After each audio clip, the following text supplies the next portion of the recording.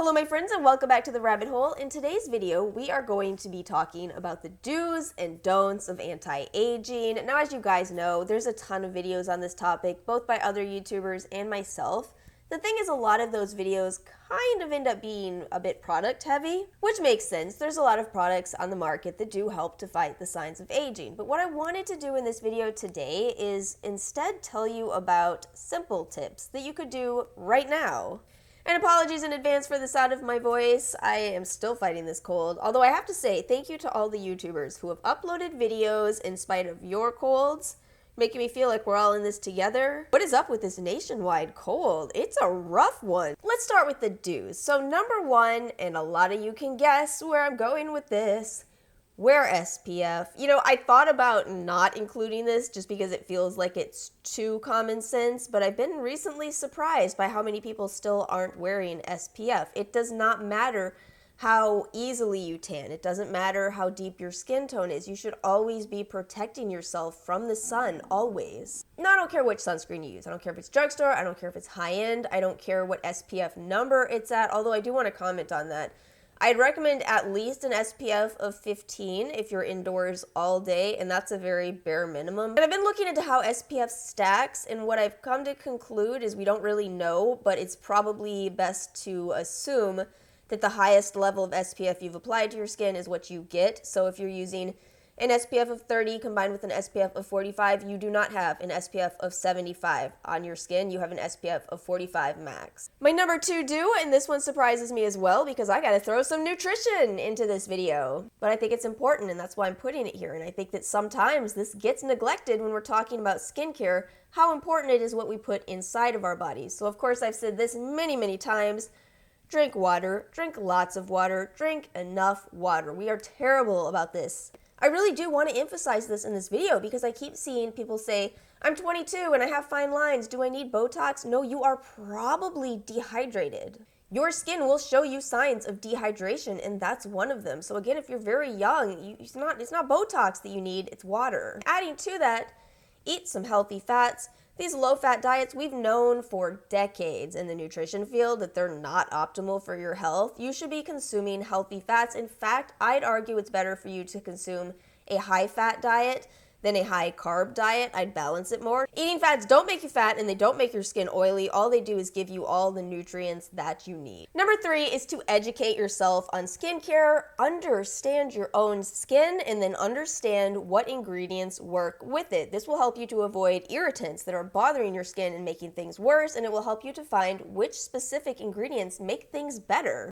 This can get kind of complicated, and I do understand that, but what I would recommend to you is if you're only watching, and no shade to my makeup gurus because I love them, but if you're only watching makeup and beauty gurus, you may be missing out on a lot more complexities that go on behind skincare. You know, if all they do is hold up a product and say, I love the way it feels, I love the way it smells, yeah, I like it, you should buy it. That's not really helping you to advance your knowledge. It may be a fun video, don't get me wrong, but it's not helping you advance your knowledge, and I think there's such a wealth of information online. Whether you choose to read more blogs or whether you choose to subscribe to more YouTubers who give you a little more information, I'm going to give you some recommendations. I think Lab Muffin Beauty is fantastic. She does a great job of giving tons of information in her videos. If you want a little more humor, I'm going to recommend you Hiram. He's a new find for me, but he's very smart about his skincare and still very funny. And then if you want more in-depth information, Kaya Empire has a fantastic channel where she goes very, very deep. I will link all three of those channels in the description box below if you're interested. What I'm getting at is you don't have to learn everything overnight. It may be a very long journey, but it's one that, you know, the sooner you start understanding and kind of absorbing not just your skincare, but what's going on with it, the sooner you'll be able to pick more effective skincare, the more money you'll save not buying skincare that doesn't work for you. Number four is to layer your skincare. This is kind of related to after you've done number three and you've understood the ingredients. This is when you can go purchase from brands like The Ordinary. We've now got Anki at Sephora, a very intriguing brand to me. Good Molecules at Beautylish. All of those are brands that offer much more affordable skincare than you might get from high-end brands, but there is a difference between these two categories. When you buy a more expensive serum or moisturizer, it's typically jam-packed with a ton of ingredients to give you a very complete product.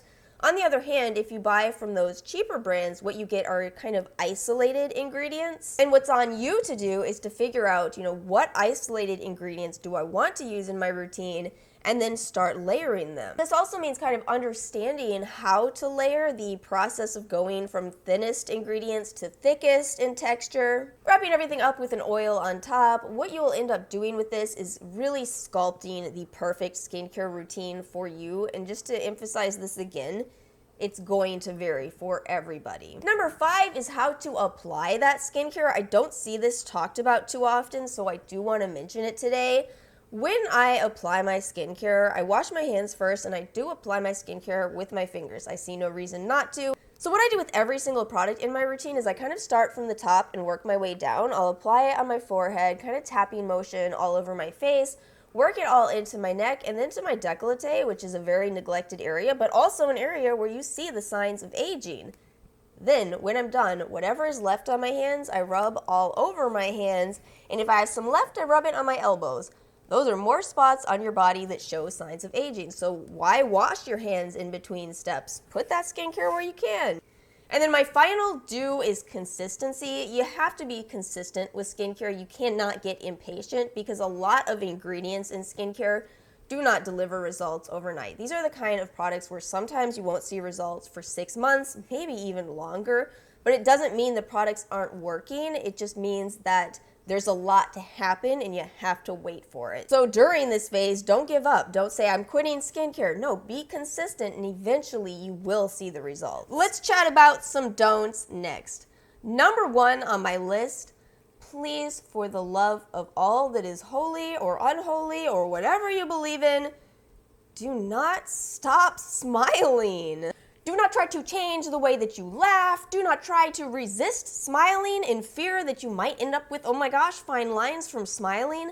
This is some of the worst advice I've ever heard in my life, and I cannot believe how much it's getting repeated. Studies have found that smiling not only increases our own perceived happiness, it also is contagious. Other people pick up that happiness, so you're spreading it around when you smile. And get this, happiness correlates with a longer lifespan. So maybe there's some truth to this whole don't smile if your anti-aging strategy is dying young, but I wouldn't recommend taking that advice. This one just makes me mad. Honestly, I would rather look like a Chinese Shar-Pei, which happens to be an adorable dog, might I add, than live a life where I'm just straight-faced. How boring. Number 2 on my don'ts, do not compare yourself to social media. I have been thinking about this a lot lately, and I've really been reflecting back on when Snapchat filters first came out. Do you guys remember this? We all knew.